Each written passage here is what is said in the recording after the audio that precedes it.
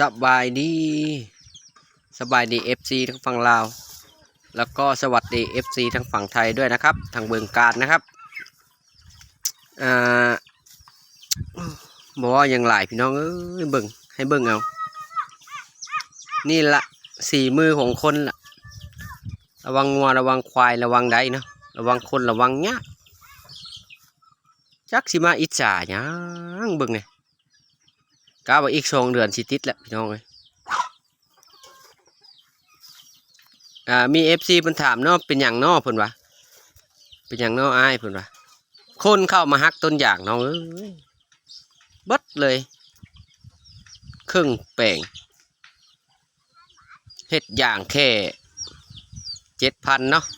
ถึกเพิ่นเข้ามาฮักซะจักมาเครียดอีหยังคือบ่ได้เฮ็ดหยังให้บ่ได้คือบ่ได้เว้าใส่ไผว่าฮักเบิดเลยแล้วก็มีอีกคนหนึ่งเนาะเพิ่นคอมเมนต์มาถามว่าจักเดือนติดตาได้อย่างบัดดิ้งเนาะถ้านับตั้งแต่จิ้มเม็ดเช็ดกับเบ็ดเช็ดแล้วประมาณ8 เดือนเนาะ8 เดือนที่ได้ว่าอย่างบ่ได้พี่น้อง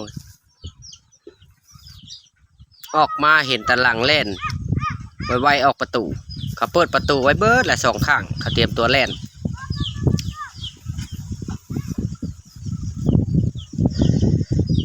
ให้เบิ่งแบบนี้เนาะความหวังและอนาคตอยู่มองนี่เนาะเบิดแหละ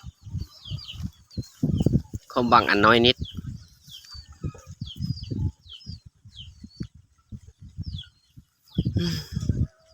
กับประมาณนี้เนาะพี่น้องเนาะผู้ใดเคยโดดวันนี้ก็คอมเมนต์มาบอกในเด้อสิได้ฮู้ว่ามีคนโดดคือกันวันนี้ก็บ่มีหยังหลายอัปเดตพอแค่นี้แหละเนาะสบายดี